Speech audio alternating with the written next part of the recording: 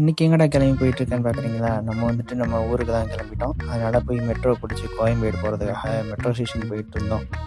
So நம்ம metro போகிறதுக்கு முன்னாடி நம்ம ட்ரெயின் வந்து 1 மினிட்ல வரும்னு போட்டிருந்துச்சு. அதனால் ஏர்போர்ட்டில் ஒரு வியூவை போட்டு நம்ம கோயம்பேடு வந்து ரீச் ஆகிட்டோம். மெட்ரோ ஏறி நம்ம வந்துட்டு நமக்கு வந்து 9:00 தான் ட்ரெயின். ஆனால் 8:30க்கெலாம் போயிட்டோம்.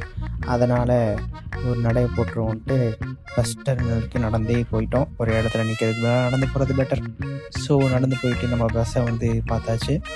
பஸ்ஸை பார்த்து உள்ளே ஏறி உட்காந்துட்டோம். நம்ம சீட் கொஞ்சம் கம்ஃபர்டபுளாக நல்லா இருந்துச்சு. நல்லா லெக் ஸ்பேஸ் நல்லா இருந்துச்சு. ஒரு பில்லோ வந்து பெட்ஷீட் கொடுத்துருந்தாங்க. அதுவுமே நீட் அண்ட் க்ளீனாக இருந்துச்சு. பஸ் எல்லாமே சூப்பராக இருந்துச்சு. அதுக்கப்புறம் நம்ம செட்டில் ஆகிட்டு தூங்க போகலான்னு ரெடி ஆகிட்டோம். கொஞ்சம் நேரம் அப்படியே வேடிக்கை பார்த்துட்டு அப்படியே தூங்க போயிட்டோம். நல்ல ஒரு தூக்கம். பட் பஸ்ஸு குலுங்கிக்கிட்டே இருந்தனால சரியாக தூக்கம் வரல. அதனால் அடுத்த நாள் மார்னிங் ஆகிடுச்சு. வேகமாகவே எழுந்திரிச்சிட்டோம்.